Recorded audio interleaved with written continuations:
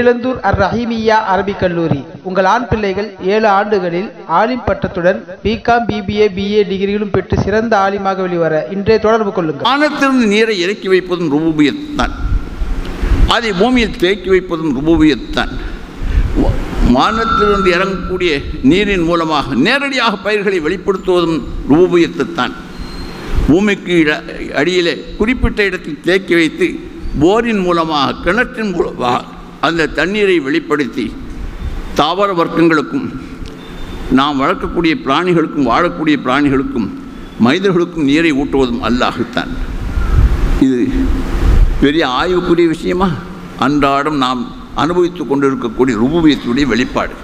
சொல்லுங்கள், அல்லாஹுக்கும் நமக்கு தொடர்பு இருக்கா இல்லையா? படைத்தான் என்று சொல்லும்பொழுது மலடு என்ற ஒன்று இல்லாமல் இருந்தால், அல்லாஹ் படைக்கவில்லை, கணவன் மனைவி தொடர்பனாகத்தான் மனிதர்கள் உருவாகிறார்கள் என்று சொல்வதற்கு வாய்ப்பு இருக்கிறது. உலகத்தில் டிக்ஷனரியில் மலடு என்ற வார்த்தை இல்லாமல் இருந்திருந்தால் இது சரி. ஆனால் மலடு என்ற ஒன்று இருக்கத்தான் செய்கிறது என்பதை உலகம் நிரூபித்து கொண்டே இருக்கிறது. அல்லாஹ் கொடுத்தால்தான் குழந்தை பிறக்கும், இல்லாவிட்டால் குழந்தை பிறக்காது. எங்கள் பாண்டிச்சேரி பக்கத்தில் காலாப்பட்டுன்னு ஒரு ஊர், மீனவர்கள் நிறைந்த பகுதி. அதில் ஒரு பெரிய கோடீஸ்வரர், ஒரே ஆம்பளை பிள்ளை, அவருக்கு குழந்தை இல்லை. இந்த விஞ்ஞானம் எங்கேயோ போயிடுச்சு, என்னங்க கதை அழுந்துட்டுருக்குங்க. விந்தணுவை எடுத்து வச்சா இறைவன்கிறவன்லாம் ஒன்றும் சொல்ல வேண்டிய, எடுத்து வச்ச குழந்தை பிறந்தணும் அப்படின்னு உலகம் பேசிகிட்ருக்கு. அவர் பம்பாயில் கொண்டு போய், சென்னையில் போய், கோயம்புத்தூரில் போய் 7 இடத்துல அந்த கருத்தரிப்பு மையத்தில் இவருடைய விந்தை எடுத்து அவருடைய மனைவியுடைய கர்ப்பறையில் வைத்தார்கள். 7 முறையும் ஃபெயிலியர். கடைசியாக முடிவுக்கு வந்தார். பல லட்சம் செலவு செஞ்சாச்சு. என் வீதி எனக்கு பின்னால் என் சந்ததி இல்லை, என் மகனோடு முடிஞ்சு போச்சு என் சந்ததின்னு சொல்லி விட்டுட்டார். 1 வருஷத்துக்கு மேலே தான பிள்ளை உண்டாயிடுச்சு. சொல்லுங்கள், நீங்கள் எந்த முயற்சியினால், மனித முயற்சியினால் குழந்தையை கொண்டு வர முடியும் என்று முயற்சி செய்யப்பட்டதோ அந்த முயற்சி பலன் தரவில்லை. எப்பொழுது அல்லாஹ் கொடுக்க நாடினான், நிச்சயமாக கொடுத்து விட்டான். இதெல்லாம் அல்லாஹ் தான் ஹாலிக், படைப்பாளன் என்பதை நிரூபிப்பது என்ற விஷயத்திலே பிசிறு இல்லாத ஒரு வாதம். அதற்கடுத்து இப்பொழுது சொல்லிக் கொண்டிருக்கக்கூடிய 2வது ருபூபியத் என்ற அந்த பகுதி, அல்லாஹ்தான் நம்மை வாழ வைக்கிறான். இதை நாம் மறுக்கக்கூடாது என்பதற்காக வேண்டி எத்தனையோ அத்தாட்சிகளை அல்லாஹ் வெளிப்படுத்தி கொண்டே இருக்கிறான். ஒருவரை கேட்டால், அல்லாஹ் ருபூபியத்தை கொண்டு நான் வாழலைங்க, இன்னும் பஜாரில், மெயின் பஜாரில், ஹார்ட் ஆஃப் சிட்டியில் நான் கடை வச்சேன், ஓஹோன்னு வியாபாரம் நடக்குது, கொட்டலாம் காசுன்னு சொன்னார். ஆனால் குறிப்பிட்ட காலத்துக்கு பின்னால் அந்த கடையை நடத்துவதற்காக வேண்டி தன்னுடைய மூதாதைகள் புறத்தால் கிடைத்த சொத்தெல்லாம் விற்று கடையில் போட்டார். நான் கடை வைத்திருக்கக்கூடிய நேரு வீதியிலே துளசி என்ற ஒரு பெரிய கோடீஸ்வரருடைய மகன், பழனிசாமி முதலியாருடைய மகன் துளசி, பிரான்ஸுக்கு ஏற்றுமதி செய்து கொண்டிருந்த ஒரு பெரிய நிறுவனம், அந்த கடைக்கு சொந்தக்காரர். அவருடைய அந்த கடை தாப்பனார் இறந்த பின்பு மகன் எடுத்து நடத்தினார்.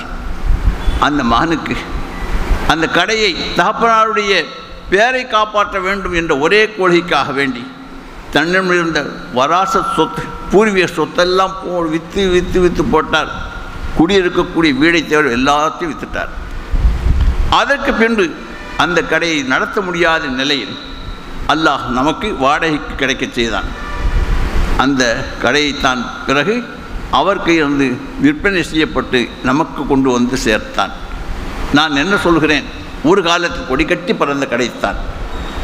ஆனால் அடுத்த ஜெனரேஷனுக்கு அவருக்கு கடையின் மூலமாக அவருடைய குடும்பம், பாண்டிச்சேரியிலே பெரிய வசதியான மிராஸ்தார் என்று போற்றப்பட்ட அவருக்கு, அவருடைய இறப்புக்கு பின்னால் அதே கடை, அதே இடம், ஆனால் அவருடைய சந்ததிக்கு பலன் தரவில்லை. கடையை விற்றுத்தான் போக வேண்டும்.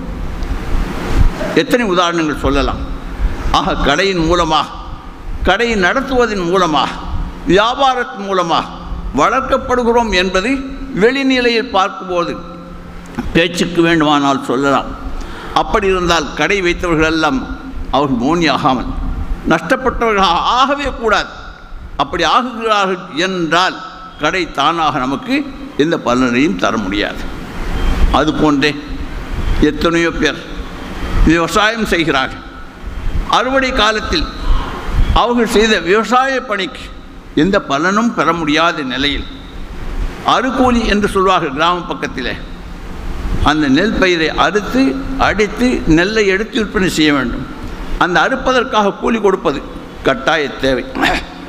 அந்த கூலி கொடுப்பதற்கு கூட அந்த நெல் பயிரிலே நெல்மணிகள் இல்லை. அதனால் அறுகூலி கூட கொடுப்பதற்கு விளைச்சல் இல்லாததன் காரணமாக மாட்டை விட்டு அந்த பயிர்களை மேய வைக்கிறார். கிராமத்தில் விவசாய தொடர்பை பெற்றவர்கள் கூற நாம் கேட்டிருக்கிறோம். நானே ஒரு காலத்தில் விவசாயம் செய்தேன், நானும் அனுபவித்திருக்கிறேன்.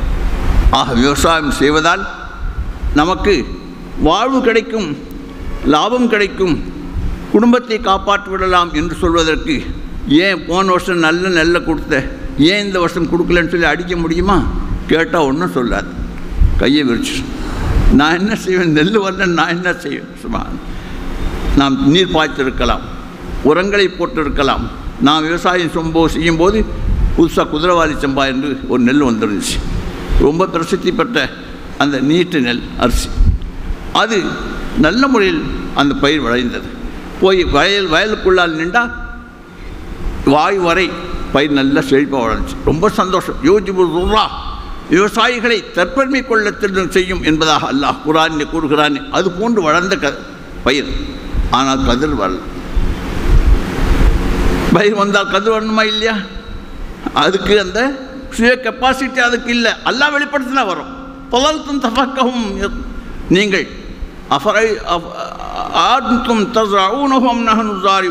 நீங்கள் விவசாயம் செய்கிறீர்களா, நான் செய்கிறான் என்று எதிர்கேள்வியை கேட்டு நாம் விரும்புவோமையானால், நினைப்போமையானால், விவசாய அந்த பயிர்களில் இருந்து எந்த விதையும் வராமல் அவைகளை நாம் பதர்களாக மாற்றிவிடுவதற்கு முடியும் என்பதை குர்ஆனில் அல்லாஹ் சொல்லி காட்டுகிறான்.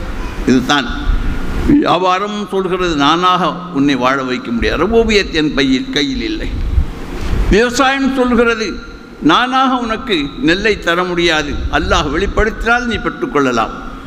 என் மூலமாக வெளிவருகிறது என்பதாக பார்த்துவிட்டு நானே கொடுக்குறேன் என்று நீ ஏமாந்து போனால் அதுக்கு நான் பொறுப்பல்ல. உனக்கு தான் மூளை எல்லாம் கொடுத்துருக்கானே, நெல்லை போட்டு ரப்பிட்ட கேளுப்பா, யாரெல்லாம் இதை போட்டிருக்க, நீ தான் இருக்கு பலனை தரணும், கடையை தரணும், ரப்பே நீ தான் கஸ்டமர் அனுப்பு, இப்படி கேட்க வச்சிருக்கான் அல்லாஹ். உதவுனி அஸ்தஜிபு லக்கும் என்ற கேளுங்க, எது வேணாலும் கேளுங்க, நான் தர்றேன். இதையெல்லாம் நாம் உலக ரீதியில் ஒரு சிஸ்டத்தை வைத்து கொடுக்கிறான், தடுக்கிறான். கொடுப்பதற்கும் ஒரு சிஸ்டம், தடுப்பதற்கும் ஒரு காரணம். மற்ற கோலங்களில் இந்த சிஸ்டமே இல்லை என்பதை முதலிலே சொல்லிவிட்டேன். ஆகவே அல்லாஹுக்கும் நமக்கு மத்தியும் நான் தொடர்பில் முதலில் ஹாலிகியத், இரண்டாவது ருபூபியத். இந்த ருபூபியத்துக்கு லட்சக்கணக்கான துணை கிளைகள் இருக்கின்றன. அவைகள் சொல்லிக்கொண்டே போகலாம். இதே போகிறோம், இதை வச்சே நாம் மற்றவரை ஈக்குவல் செஞ்சுக்கலாம். இப்போது அடுத்தது நமக்கும் அல்லாஹுக்கும் நமக்குமான தொடர்பில் ஓரளவு சொல்லியாச்சு. அடுத்த பகுதி டூவே, ஒரு வரக்கூடியது ஒன்று போகக்கூடிய, நாம் அல்லாஹ் பக்கம் போகக்கூடிய அந்த பாட்டை பற்றி நமக்கும் அல்லாஹுக்கும் இப்படி தொடர்பு இருக்கும். அந்த விஷயத்திலே அல்லாஹ் ஜல்ல ஷானுஹு தஆலா பல்வேறு பாட்டைகளை வைத்திருக்கிறான். அதில் நான் தான் உங்களை படைத்தேன் என்று நீங்கள் நம்ப வேண்டும், நான் தான் உங்களை வளர்த்து கொண்டிருக்கிறேன் என்பதையும் நம்ப வேண்டும். ஆர்பாபு முத்தஃபர்ரிகுன், உங்களை வளர்ப்பதற்கு பல்வேறு ஏற்பாடுகளை நான் செய்திருக்கிறேன், ஆனால் அவைகளெல்லாம் ரப் அல்ல. அமில்லாவுல் வாஹிதுல் கஹார், அத்தனை பொருள்களையும் கைவசத்தில் அடக்கி ஆண்டு உங்களை வளர்க்கக்கூடிய நான் மட்டும்தான் ரப் என்பதை உங்களுக்கு தெரியாதா என்ற கேள்வி அல்லாஹ் கேட்கிறான். அப்பொழுது எல்லா வஸ்துக்களிலும் மெய்ப்பொருள் காண்பது அறிவு என்று ஒரு கவியில் கூறப்பட்டிருப்பது போன்று பலதை நாம் பார்த்தாலும் கூட எங்கிருந்து வந்தது என்பதை நாம் அறிந்து கொள்ளக்கூடிய புத்தியை நமக்கு தந்திருக்கிறான். அந்த அறிதல் புரிதல் மற்ற உயிரினங்களுக்கு இல்லை. நாய்க்கு தன்னுடைய எஜமானை மட்டும்தான் தெரியும். ஆனால் நமக்கு எல்லா வஸ்துக்களுடைய மூலக்கருவை பிடித்து கொள்வதற்கு உண்டான சிந்தனா சக்தியை தந்திருக்கிறான். எது கிடைத்தாலும் அல்லாஹ் தான் கொடுக்கிறான் என்பதை புரிந்து கொள்ள முடியும். நான் பல தடவை சொல்வது உண்டு, ரேஷன் கடையில் நமக்கு அரிசி கிடைக்கிறது, பருப்பு கிடைக்கிறது, ஜீனி கிடைக்கிறது, உணவுப் பொருள்கள் எல்லாம் கிடைக்கிறது. யார்கிட்ட வாங்குகிறோம்?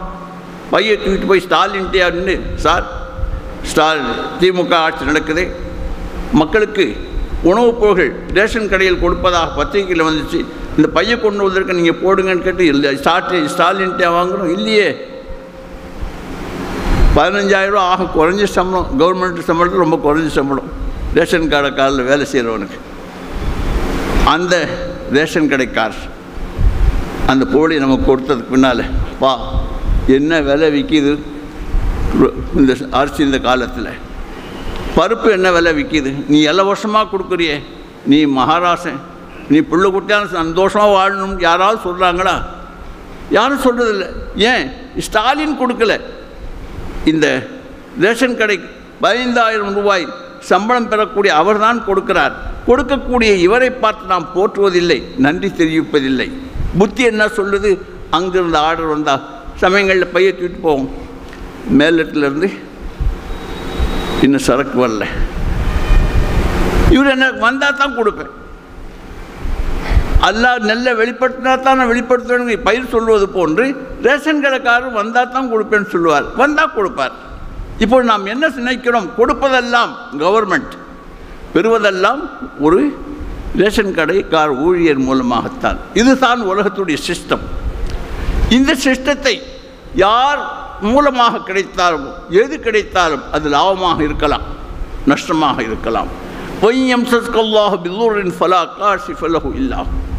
தீங்கை கொண்டு அல்லாஹ் உங்களை தொட நாடினால் ஏதாவது ஒன்றை கொண்டு தான் தொடங்கும் வியாதி வரும். அது கரோனா என்று பெயர் வச்சு விட்டான்.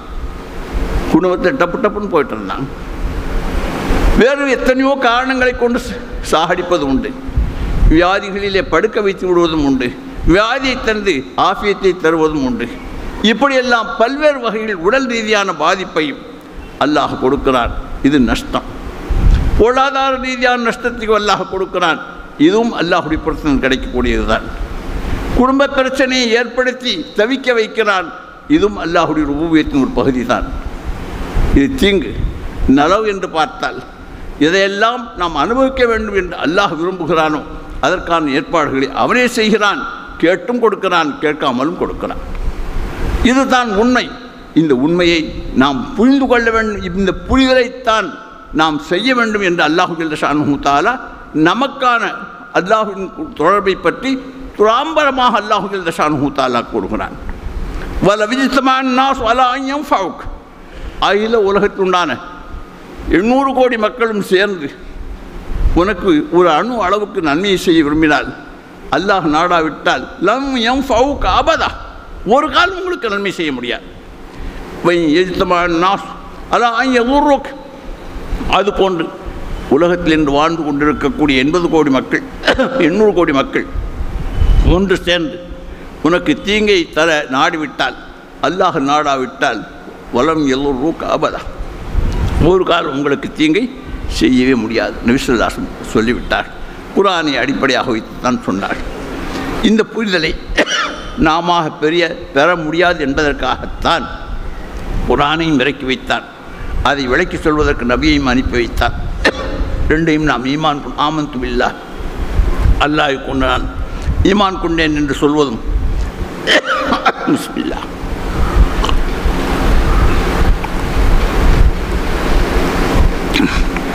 லா இலாஹ இல்லல்லாஹ் என்ற கலிமாவின் ஒரு பகுதி. அதன் மறுபகுதி முஹம்மது ரசூலுல்லாஹ் என்பது இரண்டாம் பிரிவு. இந்த இரண்டும் அல்லாஹுக்கும் நமக்குமான தொடர்பு எப்படி இருக்க வேண்டும் என்பதற்காக அல்லாஹுவினால் செய்யப்பட்ட ஒரு அஸ்பாபி ஏற்பாடு. கொடுப்பதற்கும் காரணத்தை தந்தான், தடுப்பதற்கும் காரணத்தை தருகிறான். இதுதான் இந்த உலகத்துடைய சிஸ்டம் என்பதை புரிந்து அசல் காரணஸ்தன் யார் என்பதை கண்டு அவன் பக்கம் உள்ளத்தை திருப்ப வேண்டும். நலவு கிடைத்தால் அல்லாஹுக்கு நன்றி செய்ய வேண்டும். நம்முடைய விருப்பத்துக்கு மாற்றமான தொடர்புகள் அல்லாஹ்வின் புறத்திலிருந்து நமக்கு வெளிப்படுத்தப்பட்டால் சபுர் செய்ய வேண்டும். குர்ஆனிலே சுக்ரை பற்றியும் சபரை பற்றியும் நிறைய வசனங்கள் அல்லாஹ் ஜல்ல ஷானுஹு தஆலா குர்ஆனின் மூலமாக நமக்கு தெரிவித்திருக்கிறார். அதை நபி ஸல்லல்லாஹு அலைஹி வஸல்லம் அவர்களும் தெளிவுபடுத்தி காண்பித்திருக்கிறார். நலவுக்கு அதிகமான காரணத்தை சொல்லி விளக்கி கொண்டிருப்பது அவ்வளவு தேவையில்லை. ஆனால் தீங்குக்கு காரணம் இருக்குது. நபி ஸல்லல்லாஹு அலைஹி வஸல்லம் சொல்கிறார்கள், பலாவில் சிரமங்களில் ஆக அதிகமான சிரமம் எனக்கு கொடுக்கப்பட்டிருக்கிறது. அதற்கு பின்பு அம்சலும் என்னை போன்றவர்களுக்கு கொடுக்கப்பட்டிருக்கு என்று சொன்னார். நபிக்கு கடுமையான சுகத்தை தானே தர வேண்டும், ஆனால் கடுமையான கஷ்டத்தை தந்திருப்பதன் மூலமாக கஷ்டத்துக்கு ஏதோ காரணங்கள் இருக்கும். பசியும் 2 கல்லை வைத்து கட்டக்கூடிய கஷ்டம், இன்னும் என்னென்ன வகைகளிலெல்லாம் பசியாலும் மற்ற நோயாலும் என்னென்ன வகைகளிலெல்லாம் ஒரு மனிதனுக்கு கஷ்டம் வருவதற்கு வாய்ப்பு இருக்கும். அத்தனை கஷ்டங்களின் விசல்லாஸ் உச்ச நிலையில் அனுபவித்தார்கள். ஆனால் அல்லாஹு தான் தருகிறான் என்பதை நினைத்து அல்லாஹின் மீது அதிர்ச்சி கொள்ளவே இல்லை. அல்லாஹை பொருந்தி கொண்டார்கள். இப்படி பொருந்தி வாழ்வதற்கு பெயர் தான் சபருடைய வாழ்க்கை. அல்லாஹு ஜல்ல ஷானுஹு தஆலா நம்முடைய எதிர்பார்ப்புக்கு ஏற்ப தேவைகளை நிறைவேற்றி வைத்தால் பொருள்கள் மூலமாக கிடைக்கிறது. அல்லாஹுக்கு எல்லாத்துக்கும் நாம் நன்றி செய்யணும் அப்படின்னு நினைக்கக்கூடாது. அல்லாஹுக்குத்தான் நன்றி செய்யணும். ஏனென்றால் இவைகள் மூலமாக கொடுப்பது அல்லாஹுத்தான். இதையெல்லாம் நேற்று எனக்கு எந்த வியாபாரமும் செய்யலை, விவசாயம் செய்யலை. நான் ஐடி படிச்சிருக்கேன். நான் அந்த கம்ப்யூட்டர் இதற்கு இப்போ என்ன மாஸ்க் இப்போ இருக்கிற மாஸ்க் ட்விட்டர் எல்லன் மாஸ்க் அவர் அந்த ட்விட்டரை விலைக்கு வாங்கினார். 30,000 பேர் ஒரே நாளில் விளையாக்கிட்டார். எனக்கு வியாபாரம் செஞ்சால் நஷ்டம் வரும், விவசாயம் செஞ்சால் 31ஆம் தேதி 30ஆம் தேதி என் அக்கௌண்ட்டில் பணம் வந்துடும் லட்சமாக என்று சொல்லி கொண்டிருந்த ஒரே நாளில் கத்தி போட்டான்ல. எந்த சிரமமும் இல்லாமல் வாழ்ந்து கொண்டிருந்தவர்கள் ஒரே நாள் அரசராக இருந்தவர்களெல்லாம் ஆண்டியாக்கப்பட்டார்கள். நிம்மதியாக தூங்கி கொண்டிருந்தவர்கள் எல்லாம் தவிக்க வைத்து விட்டான் அல்லாஹ். ஆகவே உலகின் எந்த தொடர்பும் தானாக நம்மை வாழ வைக்காது. அல்லாஹுடைய உபவியத்தை தான் நம்மை வாழ வைத்து கொண்டிருக்கிறது.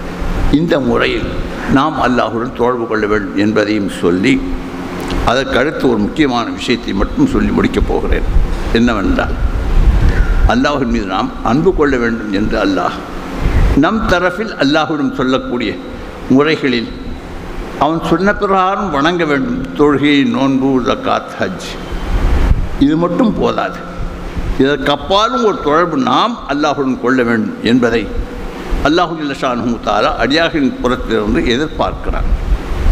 வமின் அன்னாஸ் மன் யத்தகிது மின் தூனில்லாஹி அந்தாதன்.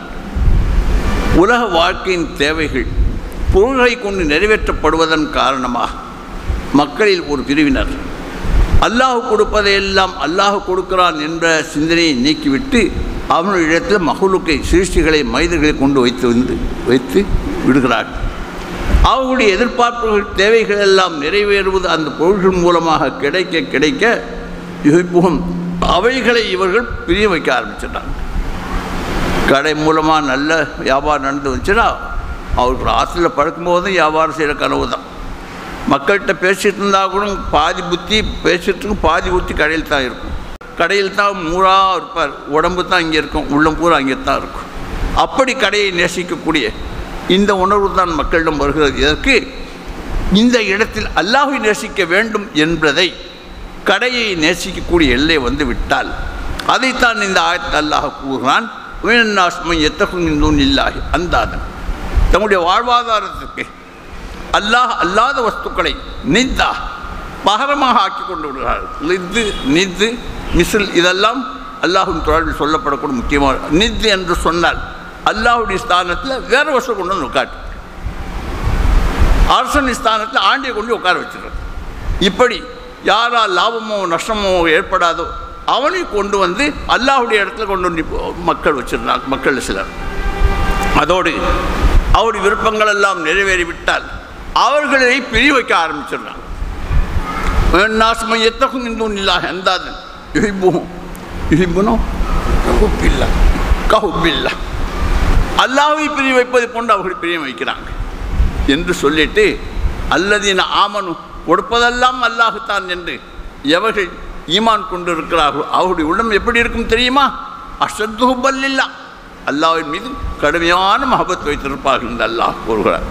ஏனென்றால் கொடுப்பதெல்லாம் அல்லாஹுத்தான், நம்மை படைத்தது அல்லாஹுத்தான்.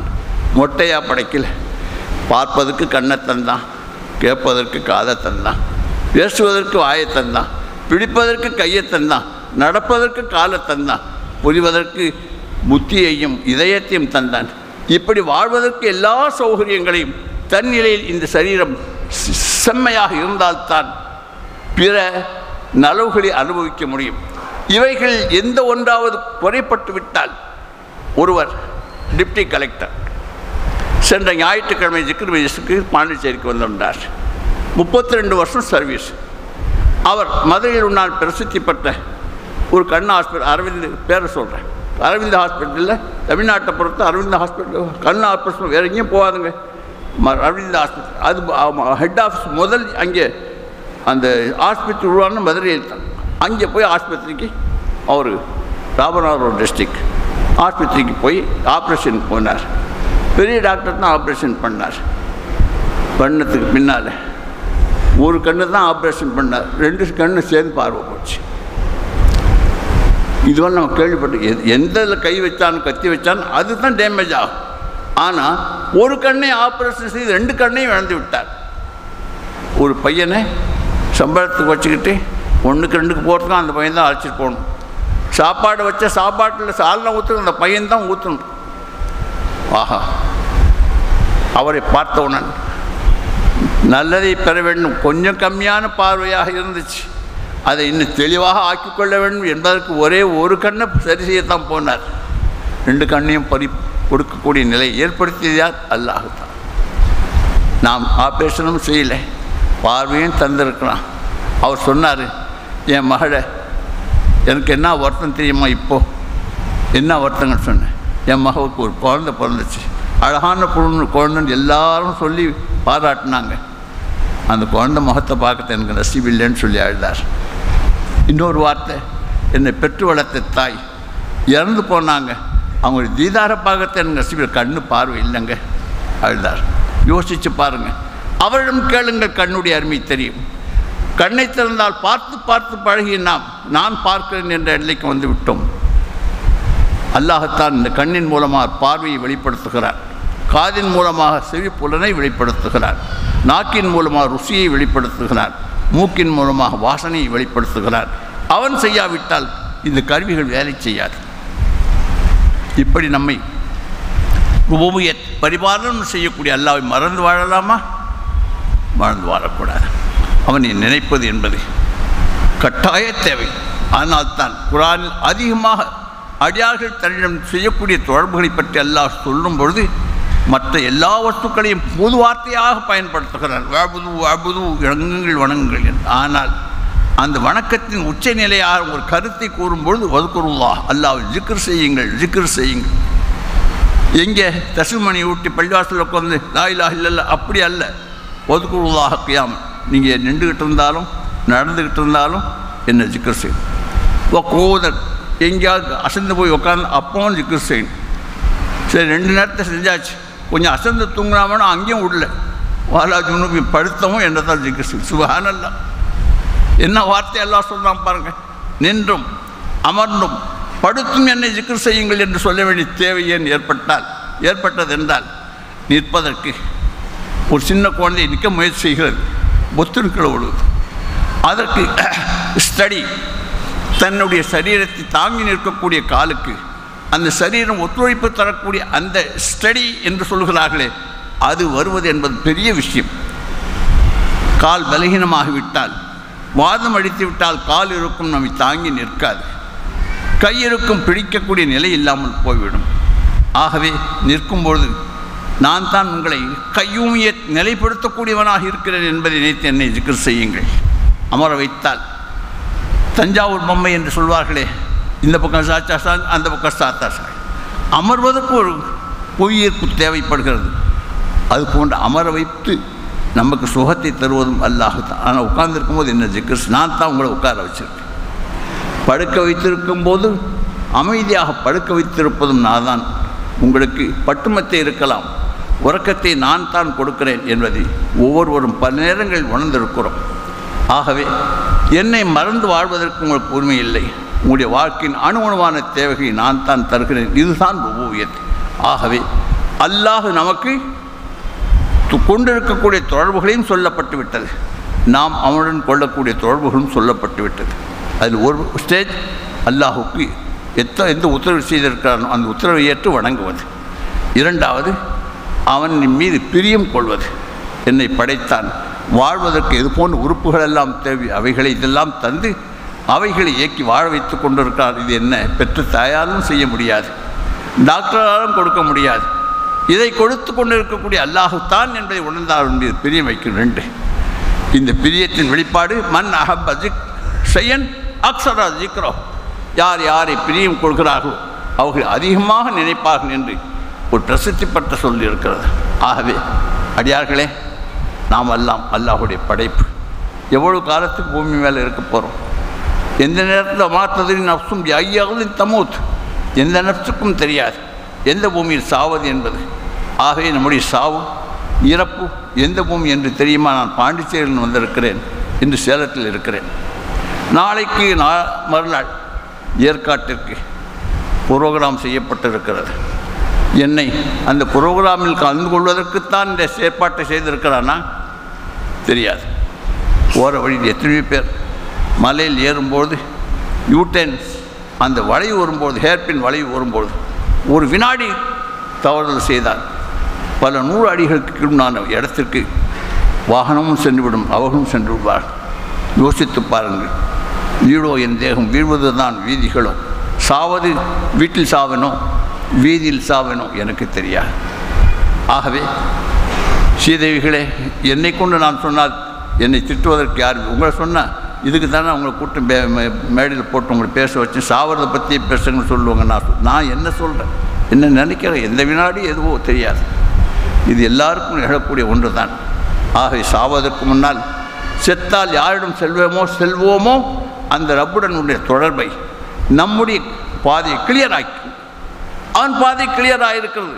நாம் அவனுடன் கொள்ளக்கூடிய பாட்டை கரடுமுடா பிரயாணம் செய்வதற்கு தகுதியற்றதா மஹ்லூக்கை கொண்டு மேடு பள்ளமாக ஆக்கப்பட்டிருப்பதால் அல்லாஹுடனுடைய தொடர்பு மிக பலகீனப்பட்டிருக்கிறது. லூஸ் கனெக்ஷன் சொல்கிறாங்களே, திடீர்னு நல்லா ஃபேன் ஓட நின்று போயிடும், லைட் ஏரியா நூந்து போயிடும், மிஷின் வேலை செய்ய மிக்சி வேலை செய்ய டக்குன்னு நின்று போயிடும். Loose connection. கரண்டெல்லாம் சரிதான், இங்கே லூஸ் கனெக்ஷன். எந்த தொடர்பு எப்படி இருக்குமோ கரெக்ட் இல்லை. அது போன்ற நிலையில் தான் நம்முடைய வாழ்க்கை இருக்கிறது. அல்லதீன் ஆமனும் லம் எல்பிசு ஈமானஹும் பில்லுல்வின். எவர்கள் ஈமான் கொண்ட பின்பு அல்லாஹுக்கு ஷிர்க் வைக்கக்கூடிய அந்த உண்மை எவர்கள் கலக்கவில்லையோ உலாய்க்கல்லஹும் அம்னுஹும் முஹ்ததூன். அவர்களுடைய வாழ்க்கையில் தான் அமைதியும் நேர்வழியும் இருக்கிறது என்று குர்ஆனில் அல்லாஹ் சொல்கிறான். வமா யுமினு அக்ஸருஹும் பில்லாஹ். ஈமான் கொண்டவர்கள் அதிகமானவர்கள் இப்படி இருக்கிறார். இல்லாஹும் முஷ்ரிகூன். அல்லாஹை கொண்டு ஷிர்க் வைக்கக்கூடியவர்களாக வாழ்ந்து கொண்டு ஈமான் இருக்கு, ஆனால் மஹ்லூக்குத்தான் என்னை வாழ வைக்கிறது என்ற சிந்தனையில் வாழ்ந்து கொண்டிருக்கிறார்கள் என்று குர்ஆனிலேயே அல்லாஹ் சொல்லிவிட்டான். அந்த வாழ்க்கைத்தான் நம்மில் அதிகமான முஃமின்களுடைய வாழ்க்கையாக ஆகியிருப்பதன் காரணமாக வாழ்க்கையில் அமைதி இல்லை. உலாய்க்கு லஹுமுல் அம்ன் என்று அவர்களுக்குத்தான் அமைதி என்று சொல்வார். அந்த அமைதியை இழந்துத்தான் உலகமே தவித்து கொண்டிருக்கிறது. அமைதி வேண்டுமா? உலகத்தில் எந்த பொருளும் சுயமாக லாபத்தை தராது, நஷ்டத்தை ஏற்படுத்தாது என்ற இந்த நிலையை அல்லாஹ்வை கொண்டு தொடர்புபடுத்தி அவனை மனதில் கொண்டு வாழ்ந்தால் சுகம் கிடைத்தாலும் துன்பம் ஏற்பட்டாலும் நம்முடைய உள்ளத்தில் கலக்கம் ஏற்படாது. இது நாம் அல்லாஹ்வுடன் கொள்ளக்கூடிய தொடர்பு முக்கியமான ஒன்று. இந்த உணர்வின் உச்சக்கட்டம் தான் அவனை நினைப்பது, பிரியம் கொள்வது என்பதை கூறி, கருணையில் ரப்பே, உன்னுடைய தொடர்பில் எந்த குறையும் நீ செய்யவில்லை.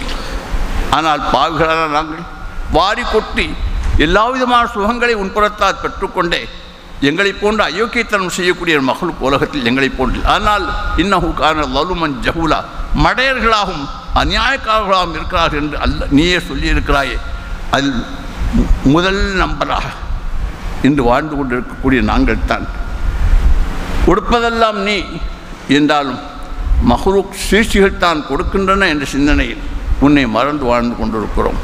எங்களுடைய வாழ்க்கையில் ஏற்படக்கூடிய துன்பங்கள் உன்னால் தான் தொடர்படுத்தப்படுகின்றன என்று ஒரு நாய் கூட கல்லால் அடித்தால் கல்லின் மூலமாகத்தான் வேதனையை அனுபவிக்கிறது. அந்த நாய்க்கு கூட கல்லை போய் கடிக்க வேண்டும் என்ற சிந்தனை வருவதில்லை. யார் கல்லை அடித்தானோ அவரை பார்த்துத்தான் குறைக்கிறது. கேவலம் ஒரு நாய்க்குள்ள புத்தி கூட நமக்கு இல்லை. கொடுப்பதெல்லாம் அல்லாஹ், தடுப்பதெல்லாம் அல்லாஹ். கொடுக்கும்போது அல்லாஹ் முன்னோக்க வேண்டும், தடுக்கும்போது அல்லாஹும் சமூகத்தில் கெஞ்ச வேண்டும். இதைத்தான் நம்முடைய பாட்டையாக ஆக்கி கொண்டு வாழ்வதற்கு நீ எந்த குறையும் வைக்கவில்லை. நாங்கள் எப்படி நடக்க வேண்டும் என்பதையும் தெளிவாக நீ விளக்கி இருக்கிறாய். நாங்கள் தான் மடமையின் காரணமாகும், அநீத உணர்வின் காரணமாகும் உன்னுடைய இந்த தொடர்பை பலகீனப்படுத்தி விட்டோம். கருணையுள்ள ரப்பே, உன்னுடன் எப்படி தொடர்பு கொள்ள வேண்டும் என்று நீ அறிவித்திருக்கிறாயோ, உன் ஹபீபின் மூலமாக நீ விளக்கி இருக்கிறாயோ, அதுபோன்று உன்னுடைய தொடர்பை ஆரோக்கியமானதாக ஆக்கி வாழ்வதற்கு எங்களுக்கு பாக்கியத்தை அருள் புரிவாயாக. வாஹிர் தாவானா அல்ஹம்துலில்லாஹ். அல்-ஃபாத்திஹா. அவுது பில்லாஹி மினஷ் ஷைத்தானிர் ரஜீம். பிஸ்மில்லாஹ். அல்ஹம்துலில்லாஹ்.